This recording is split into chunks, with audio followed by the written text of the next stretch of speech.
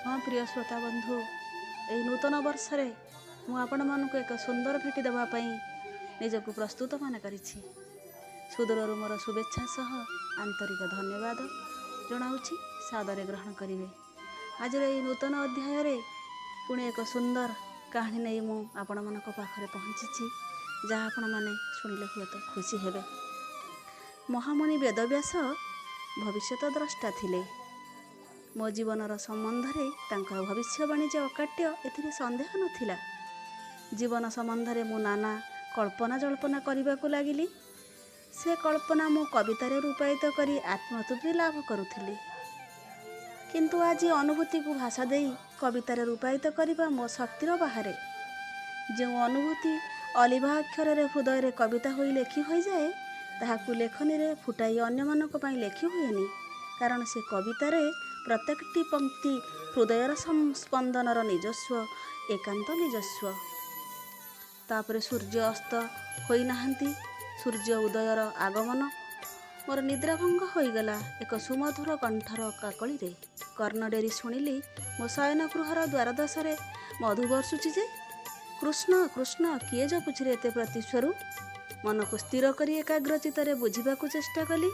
काहार ए सुमधुर कंठ कृष्ण नामर भजन।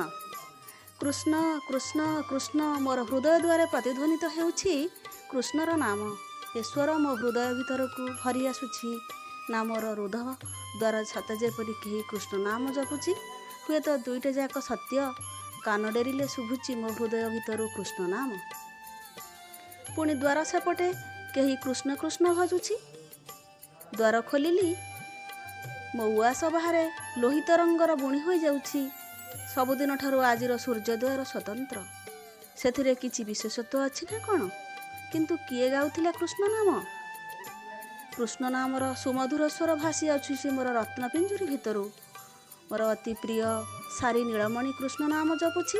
काली रातिरे सखी नितंबिनी कृष्णकर जन्म वृत्तांत, बाल्यकाल तांकर अलौकिक कार्यावली, किशोरीर तांकर गोपी प्रेम, राधा मानभंजन, पुणी यौवनर रुक्मणी हरण इत्यादि सबु कथा से बखाणुथिला। कर्णडेरी शुणुथिली। कृष्णकर जेते दुर्गुण सखी बखाणुथिला तांको प्रति सेते बेसी मोर श्रद्धा बढ़ुथिला। भाबुथिली 12 वर्ष बयस जे गोकुलर समस्त प्रिय हो जाउथिले से जदि गोपी रंजन होइथांती खेतिबा कोन अछि? गोपी माने कोन गोकुलवासी मानक ठारू भिन्न थिले कि?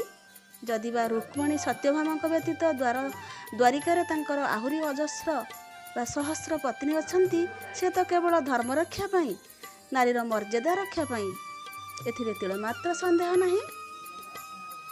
जेउ कृष्ण नीलकांत मणि ठारू अधिक उज्ज्वल से केवल कलुषित होई न पारंती। जेउ कृष्ण विश्वरंजन से कृष्ण मनोरंजन हेले खेतिबा कोन अछि? सारी नीलमणि काली रातिरे नितंबिनी सह मोर समस्त कथोपकथन शुणी कृष्ण नाम भजन करने को आरंभ कर देछि। सते जेमिति से कृष्ण अंतररे स्वर को निज काकलीर प्रतिध्वनि ही करुछि। हाँ श्रोता बंधु, ये सुंदर उपाख्यानटी को आपण मन भरी शुणंतु एवं मो चैनल को सब्सक्राइब दे मते आगो को नियंतु। मु रहुछि आपणकर निरुपमा। नमस्कार।